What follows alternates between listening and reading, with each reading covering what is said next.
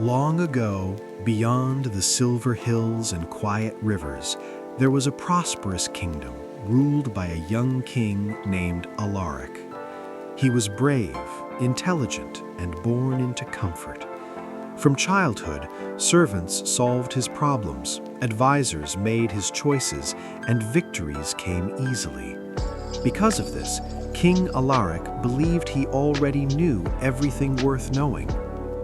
When people came with concerns about crops, trade, or fairness, he listened politely but never deeply.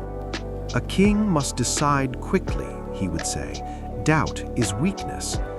Over time, his words grew louder and his patience grew thin. He ruled with confidence, but not with understanding. Slowly, the kingdom began to change. Farmers stopped bringing their worries to the palace. Merchants stopped sharing warnings. Problems were no longer solved early, they grew silently. Harvests failed in distant villages, trade routes weakened, and resentment settled into the air like dust. One evening, an old queen from a neighboring land visited the palace. She was gentle, soft-spoken, and observant. As they walked through the halls, the queen asked the king, "When was the last time you listened without preparing an answer?" The question unsettled him. That night, unable to sleep, King Alaric left the palace and walked among his people without his crown.